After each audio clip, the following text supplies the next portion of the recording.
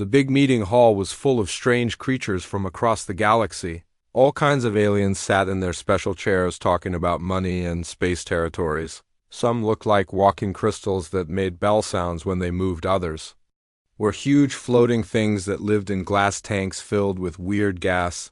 The noise was loud as they argued about trade deals and who owned what. Planet's way in the back corner, almost hidden behind a big stone pillar, sat three humans in plain gray clothes. They looked tired and forgotten. Kim Tae-ho was the human ambassador, and he had been coming to these meetings for many years. He watched the alien creatures talk and shout, but nobody ever asked what humans thought about anything. The aliens treated humans like they were just workers, not important workers, but the kind who cleaned toilets and fixed broken things. When something needed repair, the aliens would say, "Send the maintenance species to handle it." That was what they called humans. Now, the maintenance species, not friends, not partners, just people who fixed stuff. Kim felt angry, but he tried to stay calm. Next to him sat Park Bo-ra, who was a smart engineer. She knew how to fix the big machines that kept whole planets running. Her hands were shaking with anger as she listened to the aliens ignore them again. Dr. Lee Seung-min was there too. He was a scientist who had spent his whole life helping sick aliens get better, but they never thanked him for saving their lives. Meeting went on for hours and hours. The aliens made new rules that would hurt humans. They said human planets had to pay more taxes. They said humans could only have a few people speak at meetings. They said humans had to work harder for less money.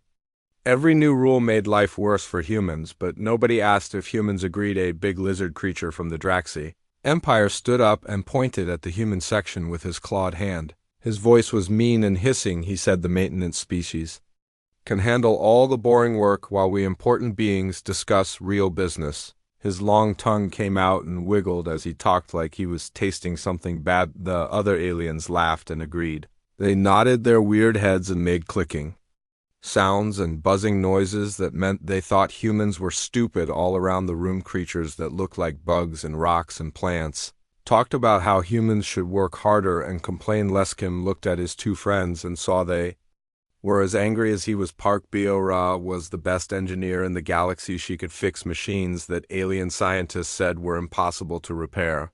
Dr. Lee had created medicines that saved millions of alien lives, but they still treated him like he was nothing special. The worst part was the chairs. The aliens had never bothered to make chairs that fit human bodies.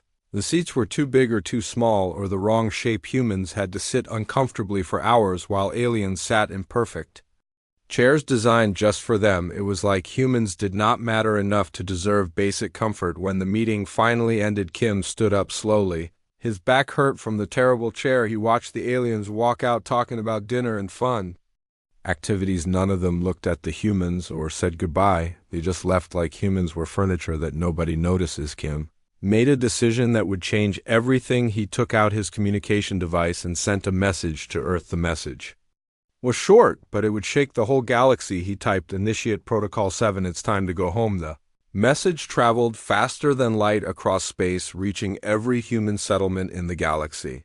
On mining stations near hot stars, human workers stopped their drilling. On research bases where humans studied black holes, the scientists looked up from their computers. On construction sites where humans built the buildings that aliens lived in, the hammering and welding slowly stopped. Park Bo-ra got the message while standing in the engine room of Nexus Station. This was the biggest trading post in the outer part of the galaxy. Millions of aliens lived and worked there, buying and selling things from across space. The huge power generators around her provided electricity for the whole station. Her team of human engineers looked at her, waiting for orders. Pack everything, she said quietly. "We are going home." Her workers smiled. For the first time in years, they had been waiting for this. They hoping that someone would finally stand up for humans. They began gathering their tools and personal things, leaving the aliens to figure out how to run their own machines. Dr. Lee got the message in his laboratory on planet Kepler 442b. He had been working there for 15 years, creating new medicines and treatments. His research had stopped 3 different plagues that could have killed entire alien species. He had never asked for thanks or special treatment, but he had also never gotten any respect. He looked at his alien assistant Killix, who had worked with him for 5 years. Killix was a young creature with tentacles instead of arms. He had always been kind to Dr. Lee, but he was the only one. I am afraid this is goodbye, Dr. Lee said. Sadly, but Dr. Lee, what about the research? Kilix asked, his tentacles waving with worry. What about the new treatment for Borrelian scale rot? You are so close to finding the cure, Dr. Lee smiled, but his eyes were sad. You will have to find someone else. To finish it, humans are leaving the galaxy. The news hit the Galactic Council like a bomb dropping. At first they did not believe it. Humans would not really leave. They thought, where would they go?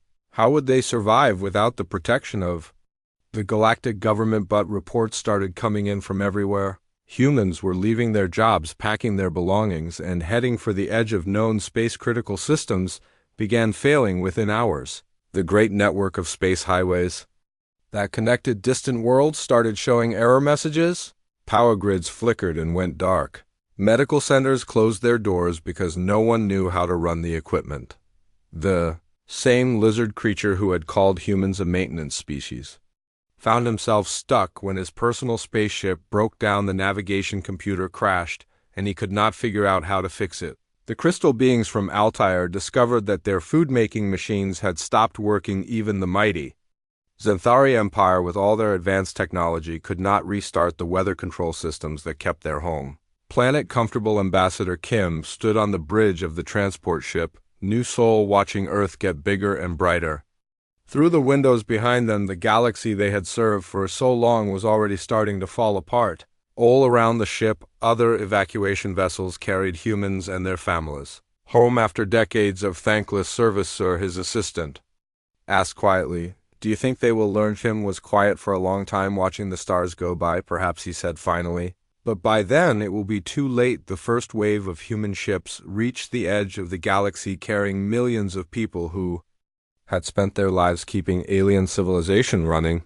They were engineers and doctors and farmers and teachers and builders, all the people who did the real work while aliens made speeches and took credit as the ships disappeared into the unknown space beyond the galaxy. The aliens began to realize what they had lost. It was not just workers they had lost. It was the people who understood how everything worked. The people who could fix anything that broke. The people who had been holding their entire civilization together. The maintenance species had been maintaining everything, and now they were gone back. On the space stations and planets humans had abandoned, the lights began to flicker. Warning alarms started beeping as systems failed.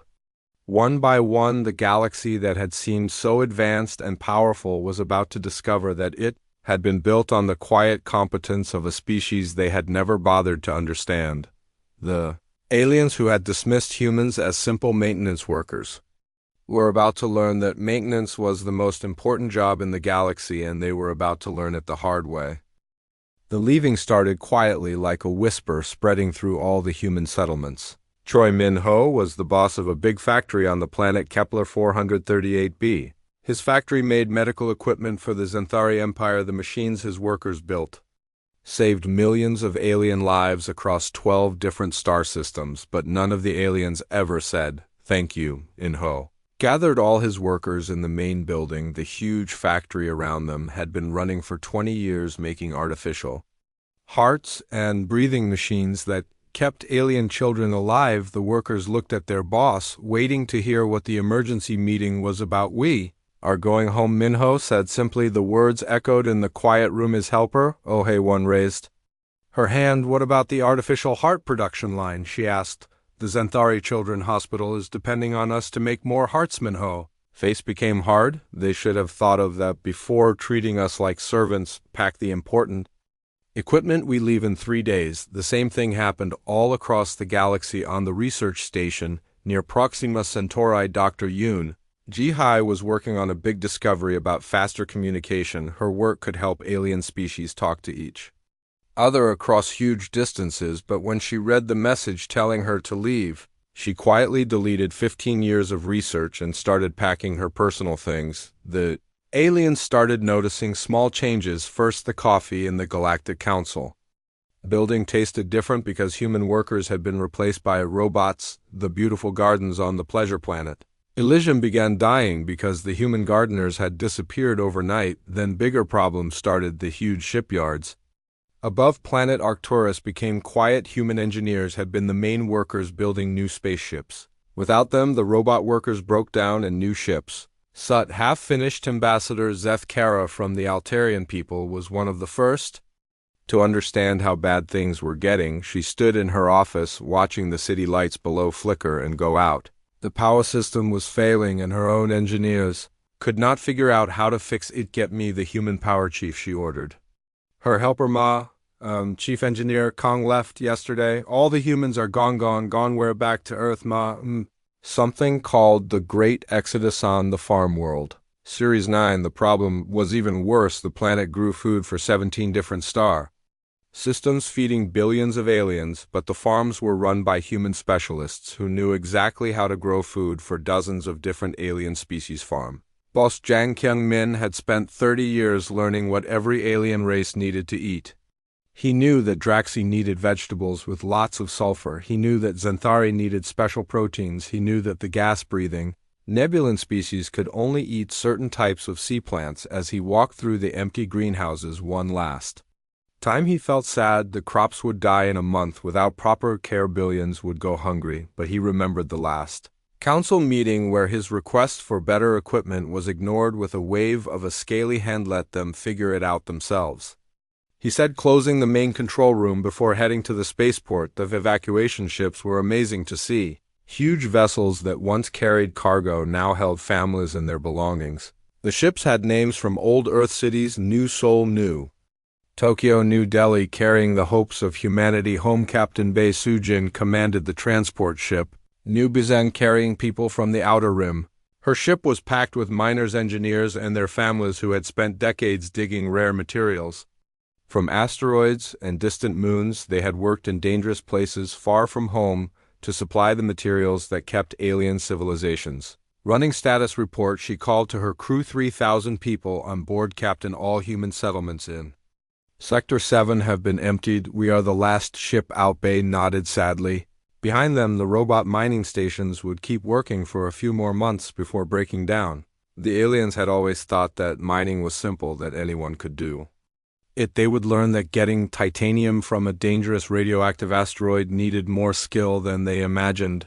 The biggest loss was in medicine. Dr. Song therein had been the galaxy's best doctor for treating different alien species. She had made vaccines that worked on multiple alien types, created surgery methods that could save lives no matter what species, and trained human doctors how to treat alien patients. Her research building on the moon, Titan 7, had been the medical center for the whole Outer Rim. Alien patients traveled from hundreds of light years away to get treatment that only humans could give. Dr. Song had saved kings and poor people alike, never asking about politics or what species they were. As she got ready to leave, her alien friend Dr. Vrix came to see her. The bug-like doctor had tears in his big eyes. Dr. Song, you cannot leave. The Milarian plague is spreading through the core worlds. Only you know how to make the cure. Song stopped packing. She had spent 5 years making that cure, working day and night to save a species that had once made slaves of her grandfather people.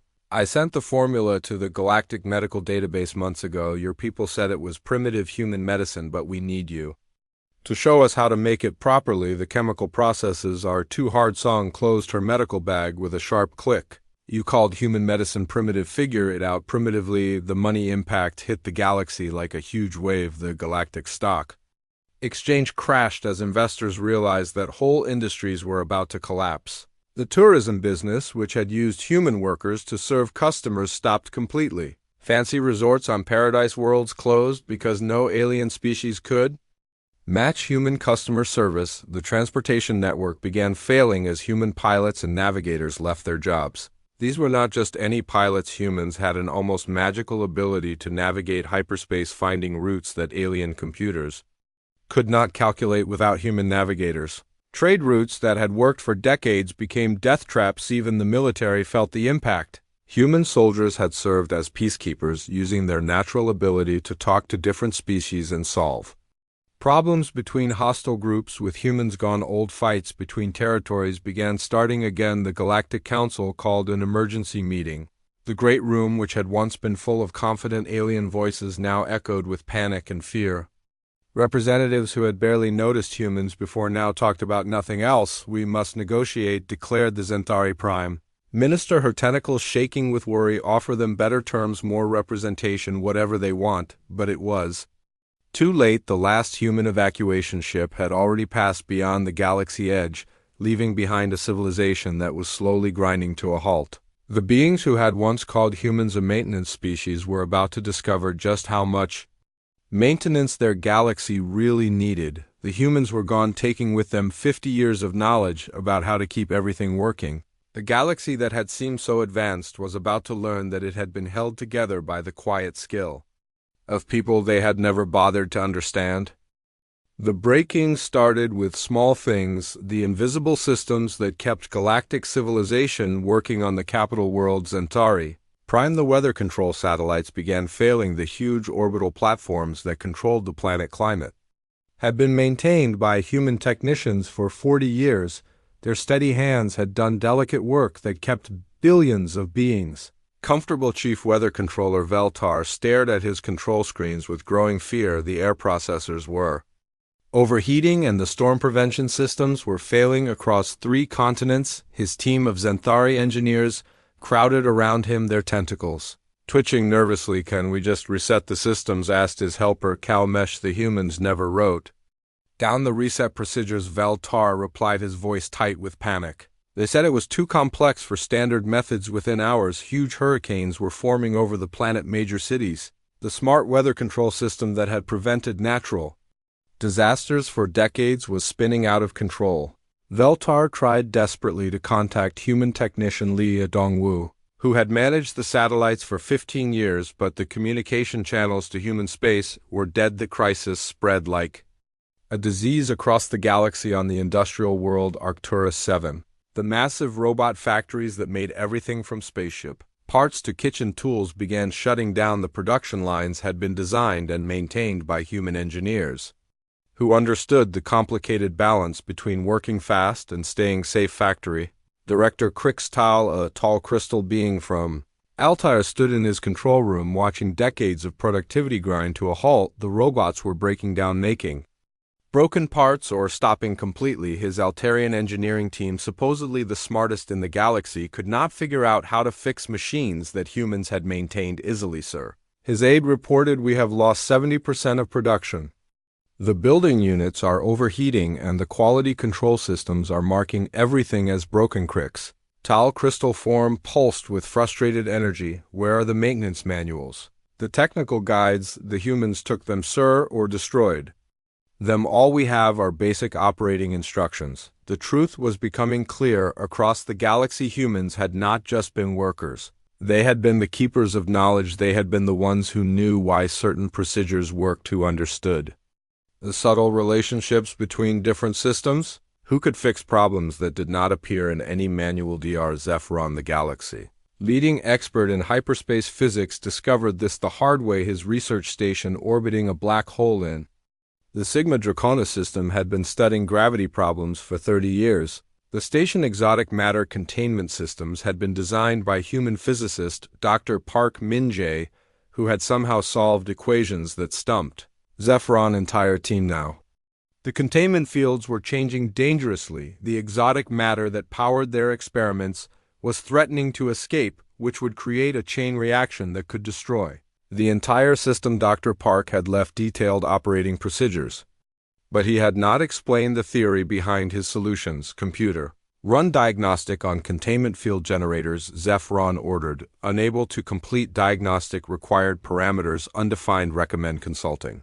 Dr. Park Min-jae. Zephyron 6 eyes closed in despair. Dr. Park was probably halfway to Earth by now, carrying in his mind the knowledge that could save billions of lives. Medical crisis was the most devastating across the galaxy. Hospitals found themselves unable to treat patients.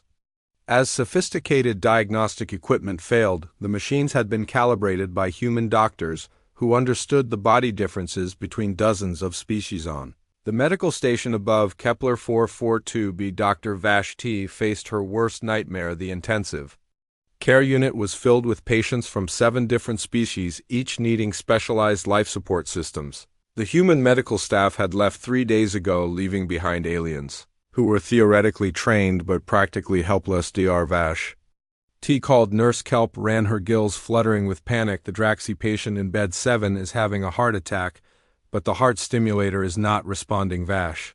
T rushed to the bedside, her forearms working frantically over the controls. The machine was clearly broken, but she had no idea how to fix it. She had watched human doctors repair similar equipment hundreds of times, but they had made it look effortless. Did the humans leave any repair manuals? She asked desperately. They took everything. Doctor, all the technical documentation, all the spare parts, even the diagnostic tools. The Draxi patient vital signs flatlined.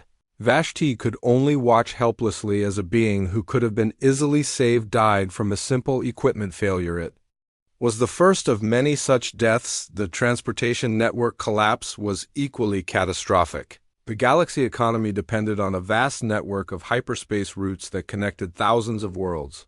These routes had been mapped and maintained by human navigators who possessed an almost mystical understanding of hyperspace currents. Captain Throckmar of the Xanthari merchant ship Star Wind found himself stranded between star systems when his navigation computer crashed. The hyperspace route he had traveled hundreds of times was suddenly impassable. His alien crew stared at him expectantly, but he had no idea how to plot a course.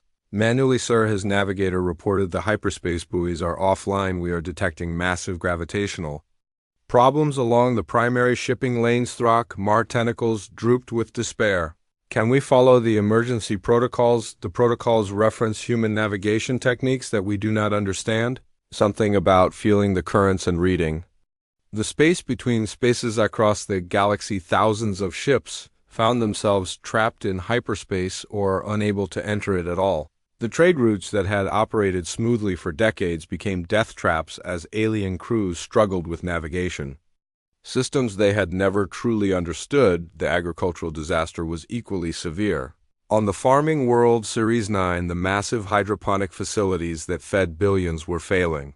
The complex ecosystem that human agricultural specialists had carefully balanced was collapsing without their expertise. The automated systems continued running, but they could not adapt to changing conditions. When a viral infection began spreading through the Xanthari food crops, the computer simply flagged it as an anomaly and continued with standard procedures. A human supervisor would have immediately quarantined the affected sections and adjusted the growing conditions to prevent spread. Within a week, the entire harvest was contaminated. The food that was supposed to feed 17 star systems was rotting in the fields. Famine was spreading across the galaxy, and the aliens who had once dismissed human agricultural knowledge as primitive farming were facing starvation. The Galactic Council met in emergency session, but the Great Chamber itself was falling apart. The climate control systems were failing, making the air barely breathable for some species. The translation matrix that allowed different aliens to communicate was glitching, turning diplomatic discussions into noisy. Babel Council chairman, more deaf and ancient being from the gas giant Nephis, struggled to maintain order. We must establish communication with the human government, he wheezed through his breathing device. Offer them whatever they want to return, sir, reported his aide. All communication channels to human space are dead. The hyperspace relay network is down, and we cannot reach any of the quantum communicators. The terrible irony was becoming clear. The aliens had become so dependent on human-maintained infrastructure that they could not even call for help when it failed. The galaxy that had once seemed so advanced and sophisticated was revealed to be a house of cards held together by the quiet competence of a species they had taken for granted. As systems continued failing across dozens of worlds, a new reality was setting in. The galaxy did not just need humans back, it needed them to survive, but the humans were gone, carrying with them the knowledge, skills, and institutional memory that had kept civilization running. The maintenance species, it turned out, had been maintaining everything. Ambassador Zethkara stood in what had once been the Galactic Council most advanced communication center, now a graveyard of dead screens and silent computers. The quantum communication array that had once connected thousands of worlds was failing, piece by piece, as human technicians were no longer there to maintain the delicate quantum entanglement field status. Report, she demanded, her crystal form pulsing with barely contained panic communications. Officer Fel Nix, a 6-armed Altarian, gestured. Helplessly at the failing equipment, we have lost contact with 47 sectors, Ambassador. The quantum resonance fields are destabilizing. Without regular calibration, can our engineers fix it, ma? We have tried the humans left operating manuals, but they do not explain the theory behind their procedures. It is like trying to perform surgery by memorizing the movements without understanding. Anatomize Kara closed her optical sensors in frustration. The galaxy was slowly going dark, and they could not even call for help. Every species had engineers, scientists, and technicians, but somehow none of them could replicate what humans had done routinely for decades on the industrial world. Arcturus 7 chief engineer Krixtal was discovering the same harsh reality. His team of supposedly brilliant Altarian engineers had been working around the clock for a week trying to restart the manufacturing systems. The factories that had once produced spaceship components with perfect precision now sat silent and cold, sir, reported his deputy. Sylvex, we have identified the problem with production line 7. The molecular assemblers are out of alignment, but the calibration requires quantum level precision. The human technicians somehow maintained accuracy to the subatomic level. Krixtal crystal structure flickered with exhaustion. Show me the maintenance logs. That is the problem, sir. The humans did not just follow procedures, they adapted them constantly. Their logs show thousands of micro adjustments that they made based on factors we do not understand: temperature fluctuations, gravitational variations, even solar wind patterns somehow affected their calibrations. The reality was becoming inescapable. Humans had not just been following instructions, they had been thinking, adapting, and innovating constantly. Their simple maintenance work had actually been incredibly sophisticated problem-solving that other species could not replicate. Dr. Zephyron faced the same crisis at his research station. The exotic matter containment fields were becoming increasingly unstable, threatening to destroy not just the station, but the entire star system. His team of Xanthari physicists, each with advanced degrees in quantum mechanics, stared helplessly at equations that human engineer Dr. Park Min-jae had somehow solved. Computer-analyzed Dr. Park containment field equations. Zephyron ordered analysis complete. The equations contain 17 variables that do not exist in standard physics databases. Dr. Park appears to have invented new mathematical frameworks to describe exotic matter behavior. Zephyron's 6 eyes opened wide in shock. He invented new mathematics, but he was just a maintenance engineer. Correction, Dr. Park Min-jae held doctorates in theoretical physics, quantum mechanics, and exotic matter dynamics. His personnel file was classified as maintenance staff for administrative purposes.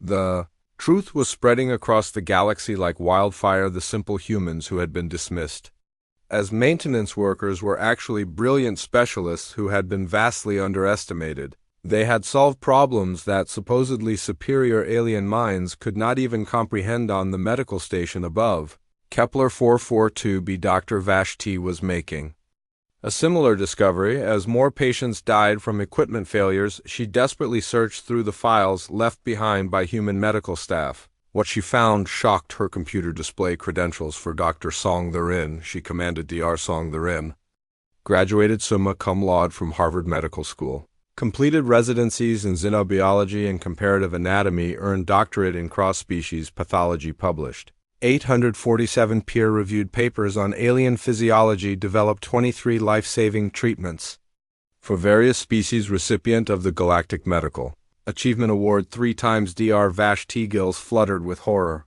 She won the Galactic Medical Achievement Award, but that is the highest honor in medicine. Correct. Dr. Song was nominated by the Xanthari Medical Council for her work on the malarian plague cure.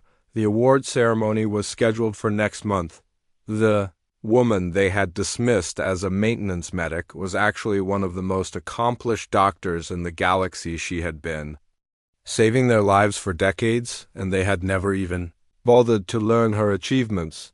The desperate search for solutions leads some species to take drastic measures. The Draxi Empire, facing complete infrastructure collapse, launched a military expedition to human space. Their fastest warships, carrying the Empire most elite soldiers, set course for the edge of the galaxy where humans had vanished. General Shrek Thomas commanded the expedition from his flagship, the Venom Strike. His reptilian features were grim as he studied the tactical displays. Intelligence report, he hissed, sir.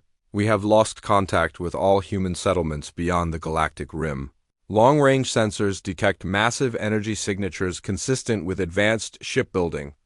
But it ranges beyond our scanning capability. How far beyond? Approximately 50,000 light-years, sir.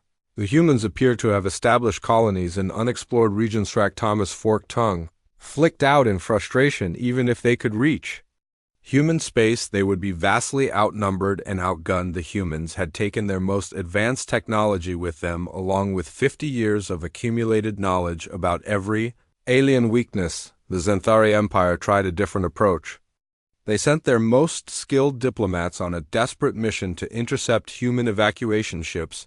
Ambassador Keltera, renowned for her negotiation skills, commanded a small fleet of fast diplomatic vessels, sir. Her aide reported, "We are detecting human energy signatures in the Epsilon Eridani system. 3 large vessels, possibly evacuation transports. Our tentacles writhed with hope. Intercept course and prepare our best trade offers." But when they arrived at the coordinates, they found only empty space. The human ships had vanished without a trace, leaving behind no clues about their destination. The humans, it seemed, had planned their exodus carefully, covering their tracks and disappearing into the vast unknown. The Altarian Confederation took the most desperate step of all. They began attempting to recreate human knowledge from scratch, studying the equipment and procedures that had been left behind.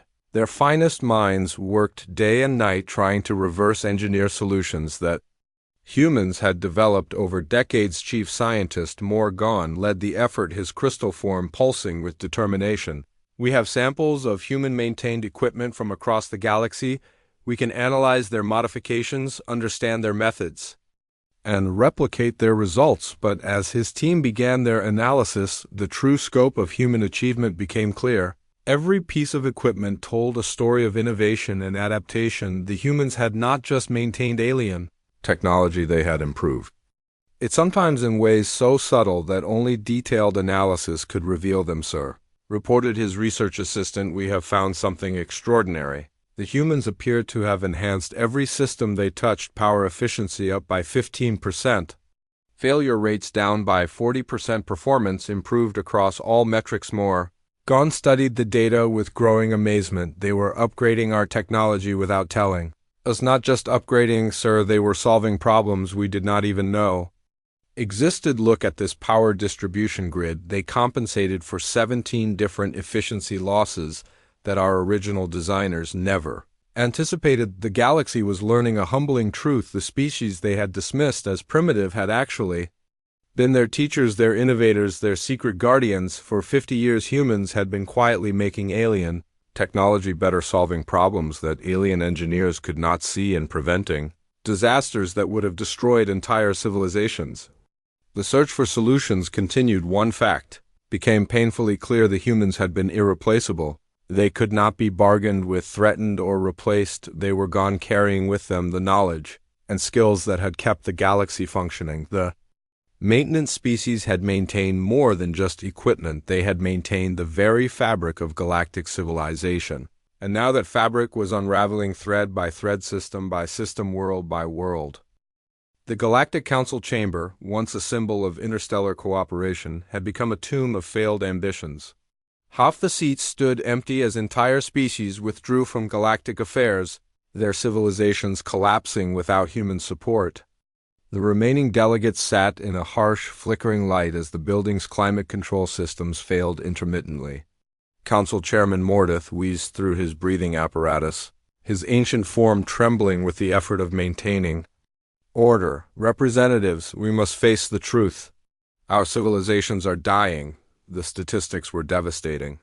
Industrial production had fallen by 80% across the galaxy. Medical facilities were closing at a rate of 50 per day. The hyperspace trade network that had connected thousands of worlds had collapsed, leaving entire sectors isolated and desperate. Ambassador Zethkara rose to speak, her crystalline form dimmed by exhaustion. "The Altarian Confederation has lost 60% of our power generation capacity. Our cities are going dark, and our people are fleeing to rural areas that still have basic services." "The Xanthari Empire fares no better," added Prime Minister Velkara, her tentacles drooping with despair. Our weather control systems have failed completely. Super hurricanes ravage our homeworld, and our orbital habitats are losing atmospheric integrity. The most shocking revelation came from the Draxi Empire's General Shraktos. His reptilian features were haggard as he delivered his report. Our military infrastructure is collapsing. 70% of our fleet is grounded due to maintenance failures. Our defensive systems are offline and our weapons manufacturing has ceased entirely. The irony was bitter. The same species that had dismissed humans as a maintenance species now found themselves unable to maintain their own civilizations. The galaxy's most advanced races were reduced to scavenging spare parts from abandoned human facilities, trying desperately to keep their dying technology operational. Dr. Zephyrin S. research station had become a microcosm of the galactic crisis. The exotic matter containment fields were failing more frequently, requiring constant manual adjustments that his team barely understood. Each failure brought them closer to a catastrophic breach that would destroy the entire Sigma Draconis system. "Status report," he called to his assistant. "Field stability at 23% and falling, sir. We've managed to prevent a breach for now, but the containment matrix is degrading faster than we can repair it." Zephyrin stared at the incomprehensible equations that Dr. Park Min-jae had left behind. The human engineer had somehow created a mathematical framework that described exotic matter behavior in ways that traditional physics couldn't match. Without Park's intuitive understanding, the equations were just meaningless symbols. "Sir," his assistant continued, "I've been analyzing Dr. Park's personal notes. He mentioned something called quantum empathy, the ability to intuitively understand how subatomic particles interact. He claims it's a uniquely human trait." Zephyrin's 6 eyes widened in disbelief. "Quantum empathy? That's impossible. Particles don't have emotions." "Perhaps not emotions as we understand them, sir. But Dr. Park's maintenance logs show that he could predict system failures days in advance, based on subtle changes in quantum field fluctuations." He was reading the mood of the exotic matter. The truth was becoming undeniable. Humans possessed capabilities that other species couldn't replicate or even understand. Their intuitive grasp of complex systems, their ability to adapt and innovate. Under pressure, their talent for seeing patterns that others missed, these weren't just skills that could be taught. They were fundamental aspects of human nature. On the medical station above Kepler 442b, Dr. Vashti faced her own moment of reckoning. The intensive care unit was filled with patients from dozens of species, each requiring specialized care that only human doctors had been able to provide. The mortality rate had increased by 400% since the humans left. "Doctor," called Nurse Kelprin, "the Altarian patient in bed 12 is showing signs of cellular collapse.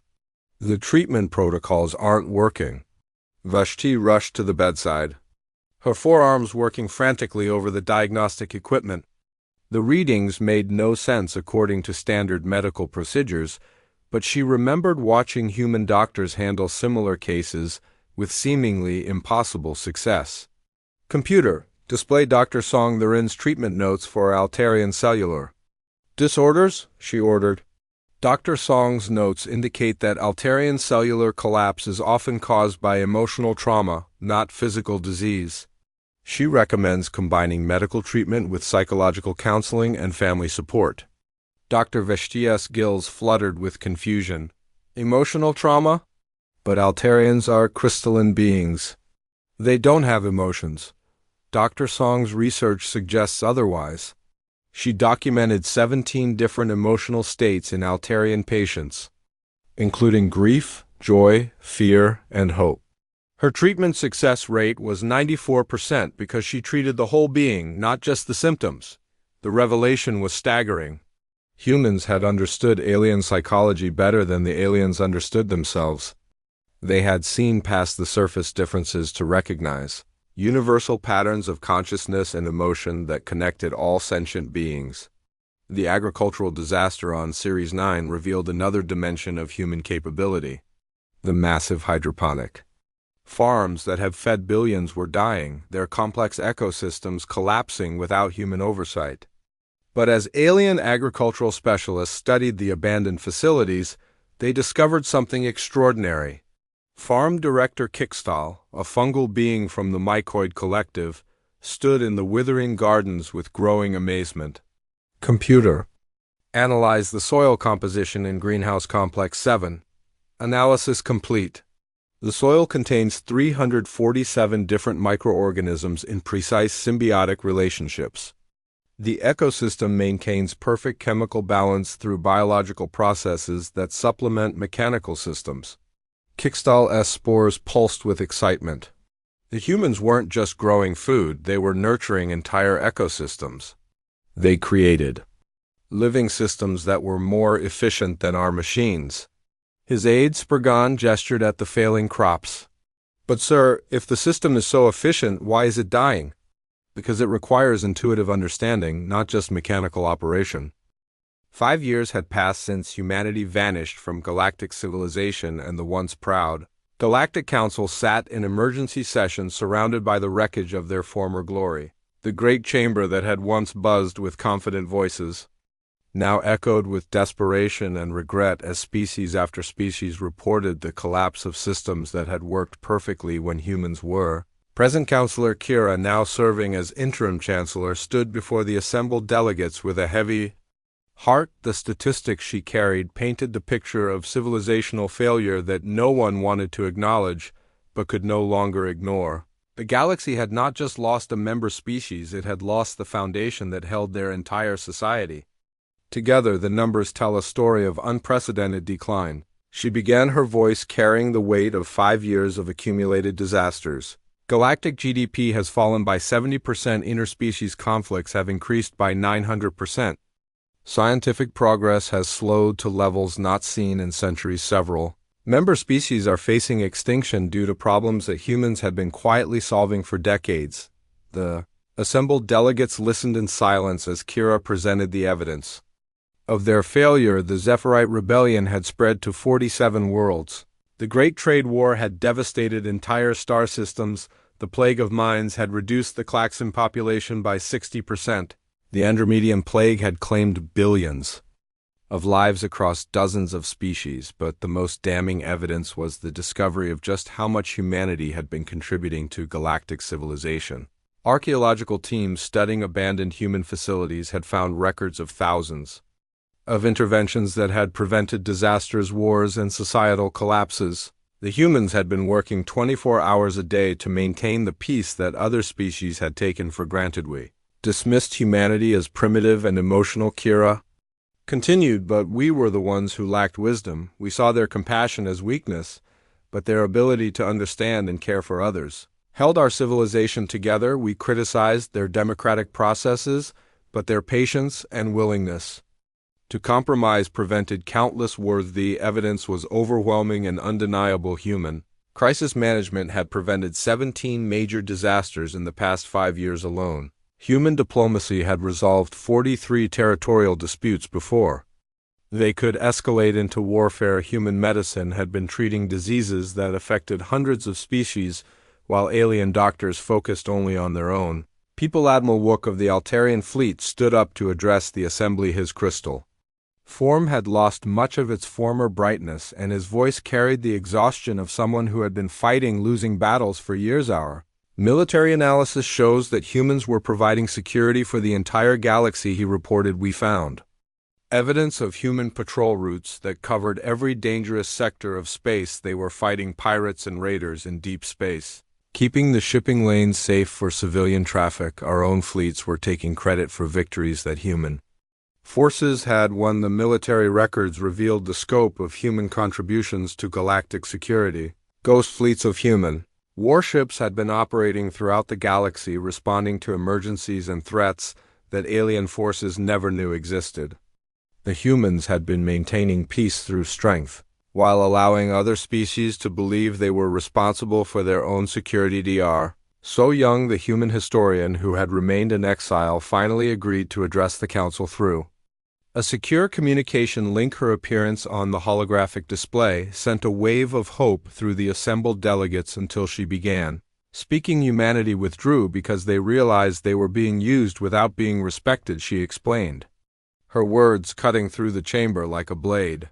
They were doing the difficult work of maintaining galactic peace while being told they were not ready for galactic responsibility. They were solving your problems and preventing your wars while you complained about their methods. The revelation that humans had been aware of their dismissal long before the council vote shocked the delegates. Records showed that human intelligence services had been monitoring alien communications and had predicted the outcome of the vote with near-perfect accuracy.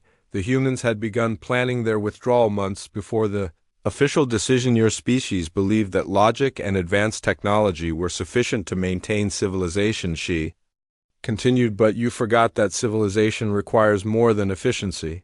It requires empathy, understanding, and the willingness to put the needs of others before your own interests. These are qualities that humans developed through millions of years of evolution and thousands of years of democratic government. The council faced a painful truth that few species wanted to acknowledge. They had assumed that their technological superiority and logical thinking made them more advanced than humanity, but their inability to maintain peace, cooperation, and mutual aid had proven that they were the primitive ones.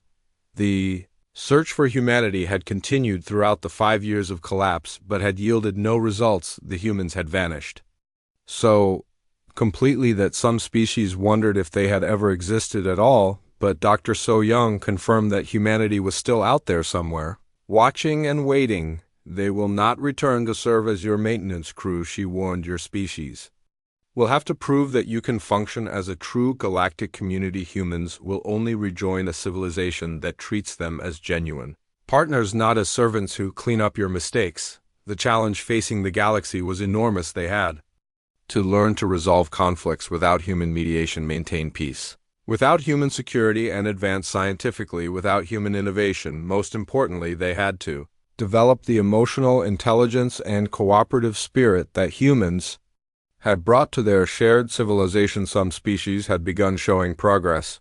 The Altarians had established programs to study human diplomatic methods, trying to understand how empathy and emotional intelligence could improve negotiations. The Zephyrites had created cultural exchange initiatives designed to help them better understand non-crystal species.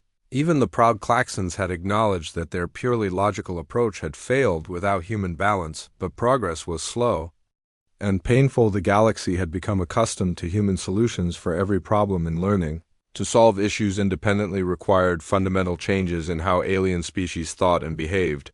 The cooperative spirit that humans had demonstrated so naturally was proving extremely difficult for other species to develop. The Kepler Memorial Project became a symbol of the galaxy's new understanding. Human engineers had designed the original station with emotional factors built into every system, accounting for how different species would react during emergencies. The alien engineers who were rebuilding the facility had to